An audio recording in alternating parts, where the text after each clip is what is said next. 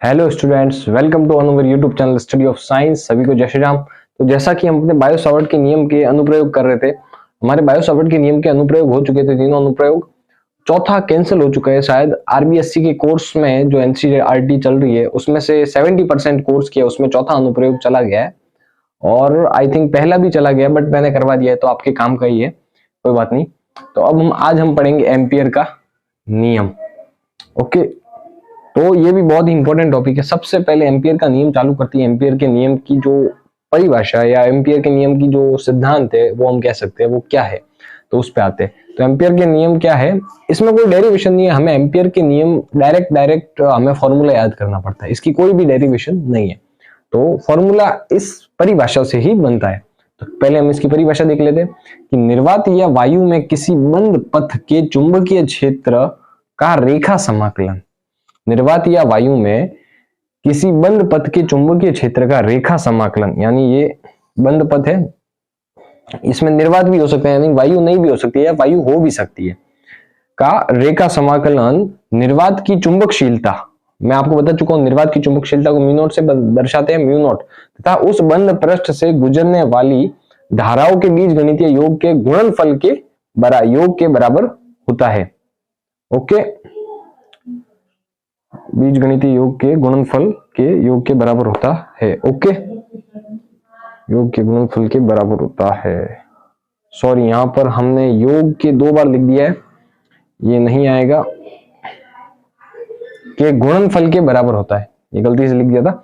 यानी कि जो हमारा रेखा समाकलन है बी, किसका रेखा समाकलन, ये चुंबकीय क्षेत्र का रेखा समाकलन, यानी डीएल के सापेक्ष, डीएल के सापेक्ष रेखा समाकलन किसके बराबर होता है, निर्वात की चुंबकशीलता म्यू नॉट तथा बंद पृष्ठ से गुजरने वाली धाराओं के बीज गणितीय योग, धाराओं का बीज गणितीय योग मतलब सिग्मा आई, बीज गणितीय योग के गुणनफल के बराबर होता है, मतलब इन दोनों का गुणा, उसके बराबर क्या होगा, रेखा समाकलन होगा हमारा। ओके, तो ये आ गया हमारा एम्पियर का नियम। यानी जैसे कि ये एक बार आप ये नोट कर लो, उसके बाद मैं आगे बताता हूँ। ये हो गया हमारा चुंबकीय क्षेत्र, ये हो गया इसका रेखा समाकलन, ये हो गया निर्वात की चुंबकशीलता, और ये हो गई हमारी धाराओं का बीज गणितीय योग और निर्वात की चुंबकशीलता का गुणा। तो एक बार मैं वापस समझा देता हूं कि निर्वात या वायु में उपस्थित किसी बंद पथ के चुंबकीय क्षेत्र का रेखा समाकलन निर्वात की चुंबकशीलता म्यू नॉट तथा उस बंद पृष्ठ से गुजरने वाली धाराओं के बीज गणितीय योग के बराबर होता है। ये एक बार आप परिभाषा और ये फॉर्मूला नोट कर लो, उसके बाद मैं आपको बताता हूं कि क्या होता है इसमें, बीज गणितीय योग कहां से आता है धाराओं का।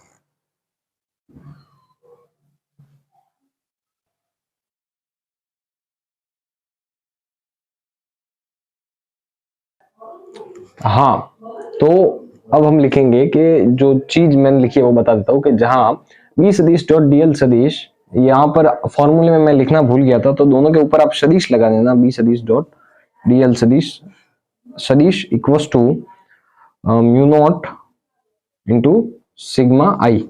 ये हमारा ओरिजिनल फॉर्मूला है, सही है, दोनों के ऊपर सदिश लगा देना। तो बंद पथ से चुंबकीय क्षेत्र का रेखा समाकलन, और म्यू नॉट है निर्वात की चुंबकशीलता, और सिग्मा आई है धाराओं का बीज गणितीय योग। ओके, अब इसको अगर हमें समझना है तो कैसे समझेंगे कि जैसे हमारे पास बंद पथ का इसने, यानी हम जो भी आकृति लेंगे वो बंद होनी चाहिए। बंद पथ में यहां पर हमने एक अल्पांश की कल्पना की, तो डीएल सदिश की दिशा ये और चुंबकीय क्षेत्र की दिशा ये। ओके, ये हमारे अल्पांश की दिशा। यहां पर कुछ धाराएं हमने ली, जैसे यहां पर ये धाराएं बह रही है इन तारों में, ये I1, ये I2 हो गई, और ये हमारी I3 धारा हो गई। ओके, अब ये क्या कह रहा है कि चुंबकीय क्षेत्र का रेखा समाकलन किसके बराबर होता है, चुंबकीय क्षेत्र का रेखा समाकलन निर्वात की चुंबकशीलता तथा उस बंद पृष्ठ से गुजरने वाली धाराओं के बीज गणितीय योग। धाराओं का बीज गणितीय योग यानी यहां से इस बंद पृष्ठ से 3 धाराएं जा रही है, तो इन धाराओं का बीज गणितीय योग क्या होगा, I1 plus I2 plus I3। तो इस तरीके से हम निकाल सकते हैं। जैसे अगर यहाँ पर 4 धाराएं होती, या फिर यहाँ पर एक उल्टी धारा होती, इसको मैं I2 ले लेता हूं, अब इसको I3 ले लेता हूं और इसको I4 ले लेता हूं। अब 4 धारा हो गई और ये उल्टी जा रही है I1 अगर उल्टी जा रही है हमारे पास तो मैं इसको कैसे कर देता, तो इसको हम ऐसे लिख सकते थे कि I1 के आगे माइनस आ जाता। क्यों? I1 उल्टी दिशा में जा रही है तो माइनस। मैंने आपको पहले भी बताया जब हमने पढ़े थे वोल्टता का नियम वगैरह पढ़ा था, तो I1 plus I2 plus I3 और प्लस I4, बाकी सब प्लस में आएंगे। क्यों? क्योंकि सब धारा की दिशा ऊपर की तरफ है तो ऊपर की तरफ जा रहे हैं। ये I1 धारा जो नीचे की तरफ प्रवाहित हो रही है धारा की उल्टी दिशा में, तो यहाँ पर माइनस आ जाएगा। तो ऐसे निकालना है, यहां तक आप नोट कर लो। यही था हमारा एम्पियर का नियम। इसमें एक चीज और है, यदि धारा प्रवाहित हो ही नहीं रही है तो क्या होगा वो भी मैं आपको बता देता हूं। हाँ, अभी तक तो हमने जो बंद पथ लिया था उसमें से धारा प्रवाहित हो रही थी। अब ये चुंबकीय क्षेत्र का बंद पथ लिया और अब हम यहां पर देखते हैं कि धारा यहां से प्रवाहित हो रही है I1 ऊपर की तरफ, और इसके अंदर ये इस बंद पथ के अंदर कोई धारा नहीं है। यहाँ पर हमारा अल्पांश है, ये हमारे चुंबकीय क्षेत्र की दिशा और ये हमारे अल्पांश की दिशा है, सॉरी ये हमारे अल्पांश की दिशा है। ओके, तो अब इसका कैसे निकालेंगे, तो ये हो गया हमारा B सदिश डॉट dl सदिश। ओके, ये तो एज इट इज आएगा। अब यहाँ पर म्यू नॉट, अब यहाँ पर क्या आएगा, धाराओं का बीजगणितीय योग और निर्वात की चुंबकशीलता का गुणा। तो अब यहाँ पर धारा, जब एक भी धारा बह नहीं रही है तो यहाँ पर क्या आ जाएगा, धाराओं का बीजगणितीय योग शून्य आ जाएगा। क्यों? क्योंकि धारा तो एक भी नहीं है। यहां से डायरेक्ट इसकी वैल्यू आ जाएगी हमारे पास B सदिश डॉट dl सदिश इक्वल्स टू 0, क्योंकि एक भी धारा नहीं बह रही है। तो आप ये भी नोट कर लो ताकि आपको पता चल जाए कि यदि बंद पथ में धारा प्रवाहित ही नहीं हो रही है, कोई भी धारा प्रवाहित नहीं हो रही है, तो बीजगणितीय योग कैसे निकालेंगे हम, इसका आंसर कैसे निकालेंगे, रेखा समाकलन कैसे निकालेंगे चुंबकीय क्षेत्र का, ये नोट कर लो आप।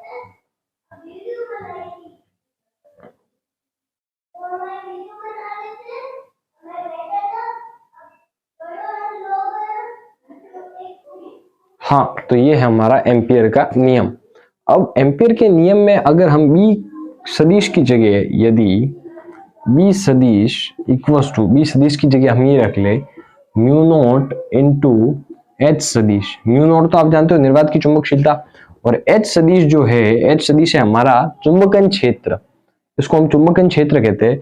तो चुंबकीय क्षेत्र का मान निर्वात की चुंबकशीलता तथा चुंबकन क्षेत्र के मान के बराबर होता है। आप यहां पर साइड में लिख देना H सदिश इक्वल्स टू चुंबकन क्षेत्र,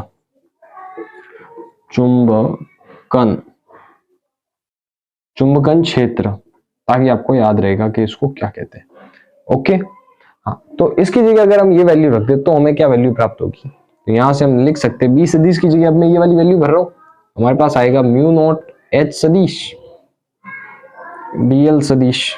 ओके, यहां से हमारे पास ये एज इट इज रहेगा mu naught sigma I। Okay, अब ये तो कांस्टेंट है तो यहां से बाहर आ जाएगा समाकलन से, म्यू नॉट H सदिश डॉट dl सदिश equals to mu naught sigma I। Okay, अब इस म्यू नॉट से ये म्यू नॉट कैंसिल हो जाएगा, तो हमारे पास फाइनल आंसर क्या आएगा, वो आएगा H सदिश डॉट dl सदिश equals to sigma I। Okay, यानी इससे एक और परिभाषा बन रही है कि चुंबकीय क्षेत्र का रेखा समाकलन बंद पाश में प्रवाहित धाराओं के बीजगणितीय योग के बराबर होता है। यहां से आपको समझ में आ रहा होगा कि चुंबकीय क्षेत्र का रेखा समाकलन था वो किसके, निर्वात की चुंबकशीलता और बीजगणितीय धाराओं के बीजगणितीय योग के गुणनफल के बराबर था। इसमें निर्वात की चुंबकशीलता है नहीं तो केवल धाराओं के बीजगणितीय योग के बराबर होगा। तो यहां तक आप फॉर्मूला नोट कर लो, इसके नीचे मैं इसकी डेफिनेशन भी लिखवा लेता हूं चुंबकन क्षेत्र की। ओके,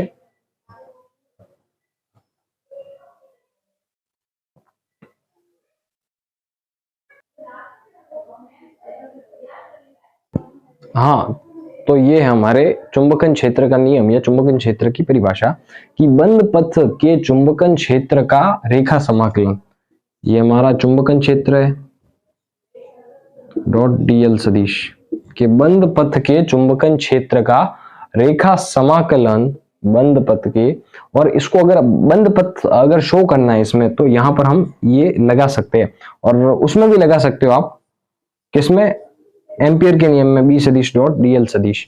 इससे ये शो हो जाएगा कि ये बंद पथ है, तो ये लगा भी सकते हो और नहीं लगाओ तो कंपलसरी नहीं है, बाकी आपकी इच्छा हो तो आप लगा भी सकते हो।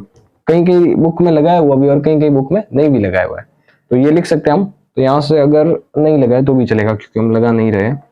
ओके, तो एच सदिश डॉट डीएल सदिश यानी बंद पथ के चुंबकन क्षेत्र का रेखा समाकलन उस बंद पथ से गुजरने वाली धाराओं के बीजगणितीय योग के बराबर होता है। तो ये हमारा प्रूव हो गया।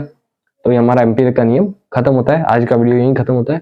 ऐसे ही जुड़े रहिए हमारे YouTube channel study of science के साथ। हमारे वीडियोस को लाइक कीजिए, चैनल को सब्सक्राइब करो, और अगर आपको कुछ भी समझ में नहीं आता है तो आप कमेंट करो, मैं आपको और अच्छे समझाने का ट्राई करूंगा। और कोई भी टॉपिक जो आपकी बुक में है और मैं पढ़ाना भूल गया हूँ, या फिर आपकी बुक में और अगर मुझे नहीं पता कि वो है, तो आप कमेंट में वो टॉपिक डाल दो, मैं आपको उस पर वीडियो बना के भेज दूंगा 2 या 3 दिन में।